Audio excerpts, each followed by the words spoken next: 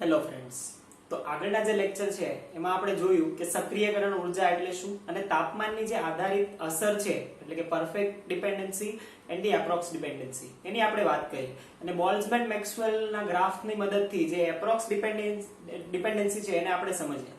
તો હવે જે આપણે તેમાં પરફેક્ટ ડિપેન્ડન્સીમાં જે આર્હેનિયસ સમીકરણ તારવેલું હતું એ આર્હેનિયસ સમીકરણથી ફરીથી શરૂઆત કરીએ છીએ.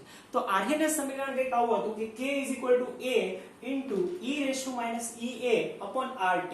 તો આપણે આને સિમ્પ્લિફાય કરવાનો પ્રયત્ન કરીએ છીએ એટલે કે બંને તરફ જો અહીંયા e છે અને e ને કાઢવું હોય તો નેચરલ લોગ લેવો પડે. તો બંને તરફ ln લેતા ln એટલે કે નેચરલ લોગ લઈએ તો બંને તરફ આવશે ln of k = ln of, હવે આ ln ની અંદર ગુણાકાર છે a * e⁻ea/RT.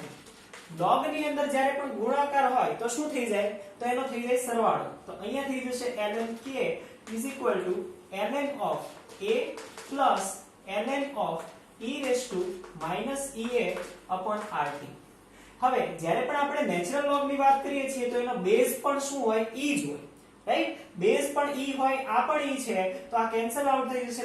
માત્ર શું બચશે આ આગળ આવીને -ea/RT અને ln e બેઝ e ની વેલ્યુ થશે 1. તો અહીંયા બચશે ln k = ln a - ea/r * 1/t.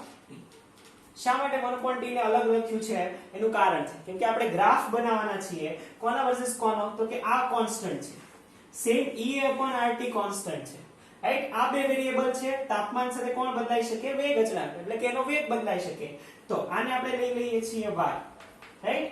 આ એક રહ્યો અહીંયા x, તો આ થશે આખું m, આ થશે x અને આ થયું c. તો એનો મતલબ કે આપણે જો ગ્રાફ બનાવીએ અને જો આપણને સુરેખ રેખા મળે તો એનો ગ્રાફ કોનો હોવો જોઈએ? ln k વર્સિસ 1/t નો ગ્રાફ હોવો જોઈએ. એ સુરેખ રેખા મળે કે જેનો ઢાળ કેટલો હોય? -ea/r. તો આપણે ln k versus ln k versus 1/t નો ગ્રાફ બનાવીએ છીએ.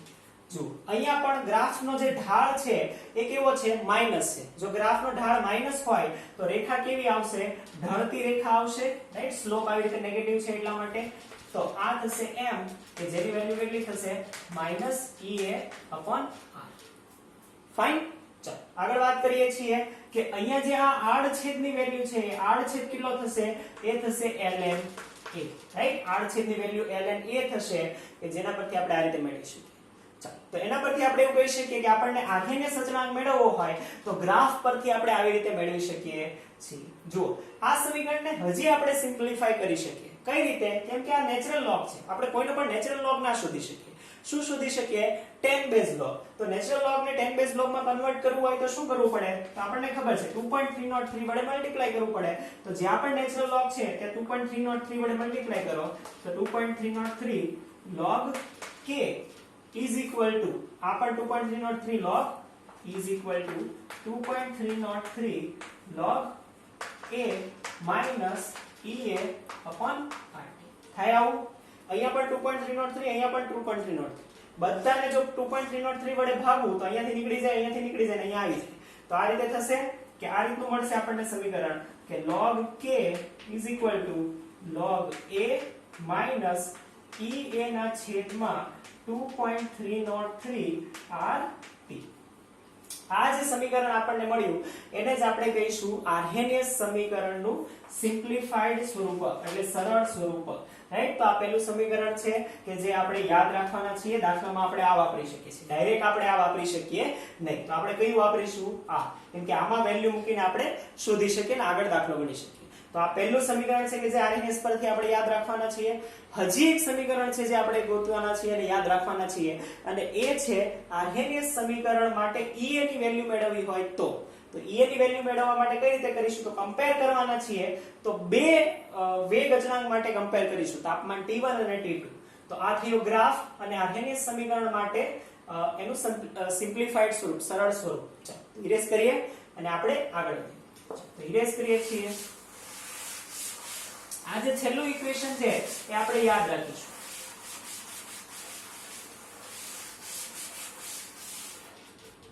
ઓકે, તો આપણી પાસે જે સમીકરણ આવ્યું છે એ સમીકરણ આવું આવ્યું છે.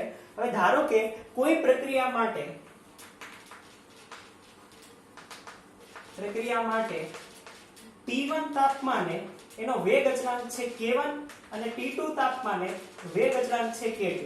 જો આવું હોય તો આપણે આ સમીકરણમાં કિંમત મૂકીને મેળવી શકીએ. તો કઈ રીતે મેળવી શકીએ? તો કે T1 તાપમાન માટે આવું બનાવીએ તો આવું બનશે કે log of K1 is equal to K ની જગ્યાએ K1 log of A તો અચળાંક છે as it is minus EA upon 2.303 R T1 થશે. આ રીતે મેળવી શકીએ, રાઈટ? તો T1 અને K1 માટે આ થયું પહેલું સમીકરણ. બીજું સમીકરણ આપણે આના માટે મેળવીએ તો એ થશે log of K2 is equal to log of A minus EA upon 2.303 R T2 થાય.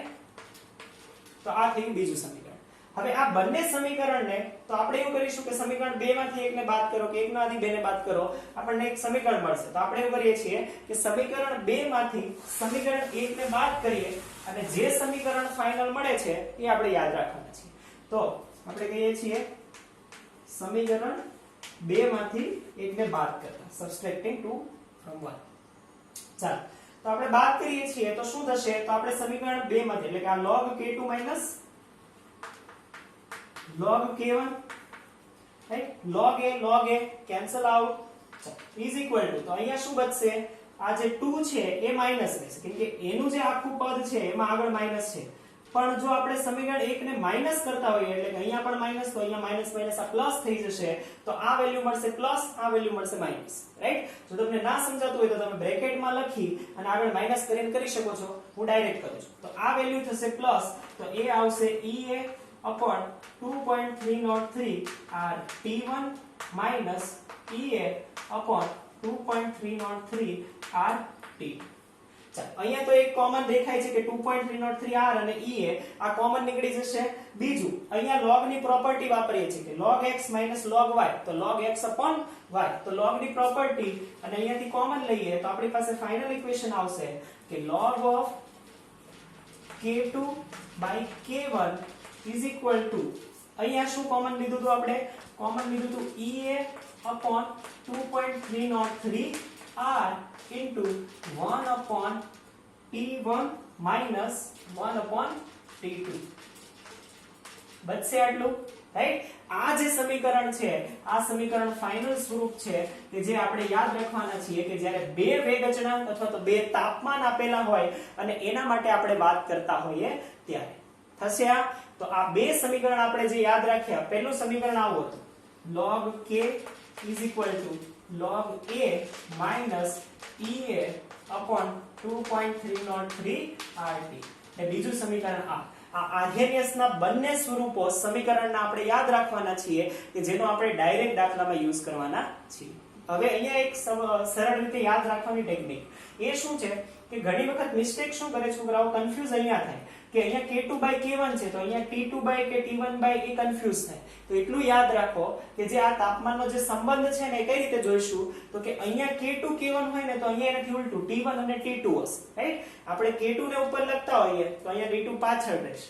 અહીંયા સેમ આપણે K1 by K2 લખ્યું હોત તો અહીંયા T2 minus T1 ધ્યાનમાં રહેશે, રાઈટ? તો આ યાદ રાખવાનું છે. જો અહીંયા ઉપર K2 હોય તો અહીંયા આગળ T1 હોય, રાઈટ? 1 upon T1. તો આ યાદ રાખવાનું છે. તો આ સમીકરણ બંને યાદ રાખીશું. આ સિમ્પ્લિફાઈડ સ્વરૂપ છે આર્હેનિયસ સમીકરણના જે આપણે દાખલાઓમાં યુઝ કરવાના છે. તો અહીંયા તાપમાનની અસર, વેગ ઉપરની તાપમાનની અસર સંપૂર્ણપણે પૂર્ણ થઈ. હવે આપણે નેક્સ્ટ જે જોઈશું એ આપણે જોઈશું કોની? ઉદ્દીપકની અસર. One of the most important topic next લેક્ચરમાં જોઈશું. Thank you.